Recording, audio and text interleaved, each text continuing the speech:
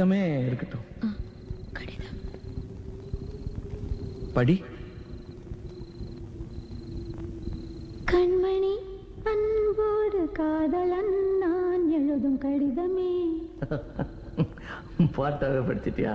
அப்ப நானும் முதல்ல கண்மணி சொன்னல, இங்க பொன்மணி போட்டுக்க. பொன்மணி, உன் வீட்டுல சௌக்கியமா? நான் இங்க சௌக்கியம். பொன்மணி, உன் வீட்டில் சௌக்கியமா? நான் இங்கு சௌக்கியமே. உன்னை நினைச்சு பார்க்கும்போது கவிதை மனசுல அருவி மாதிரி கொட்டுது.